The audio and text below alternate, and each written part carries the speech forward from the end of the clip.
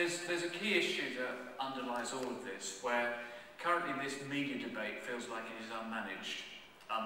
And when I mean managed, let's go back perhaps to the BP example, which I can only applaud the humility of the last speaker. But what we could see within that BP story was that actually, it was a very, very difficult story to try and appease the sense of wrongdoing that had occurred. You're on a bit of a hide and do nothing.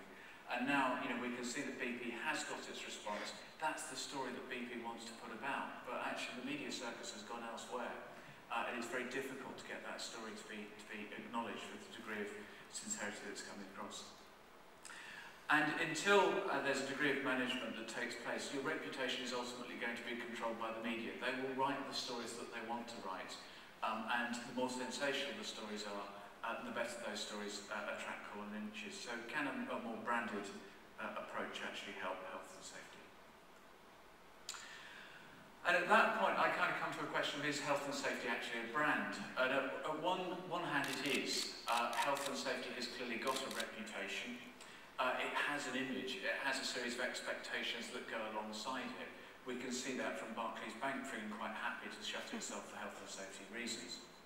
But at the same point, if health and safety is actually a brand, it certainly isn't managed as a brand.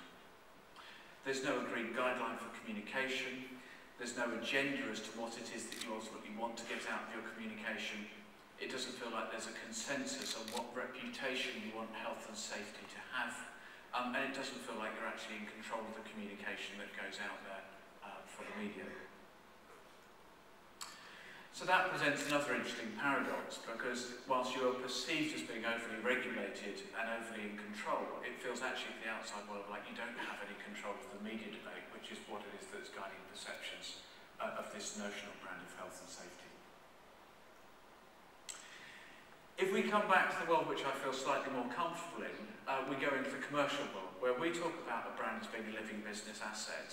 At this point, we are acknowledging that a brand can be alive and well inside an organisation, or in fact, it could be something which is dying and not necessarily showing signs of sustainability.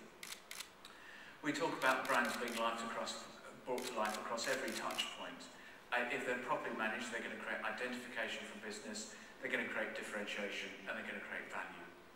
And at that point, we have to take a step away from potentially seeing brands as logos and recognise that brands are actually experiences. So you can all think of any brand that you might feel particularly faithful towards. And you can think about a moment, if you like, where that brand has made you think that that is a great brand, a great business, a great product to have bought. And there'll be things that that organisation has done throughout that journey that are not about their logo, might be symbolised within the logo, it might create the identification around them, but there's moments of experience that have enabled that brand to be what it does. If we start to think about brands, holistically, they're going to be something which creates future earnings for a business because they create relationships, they inspire loyalty that creates long-term business plans.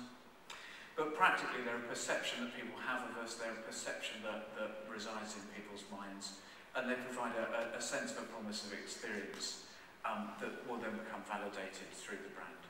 And it's those last two pieces which probably make me think that health and safety is existing as a brand, even if it's not actually managed to start.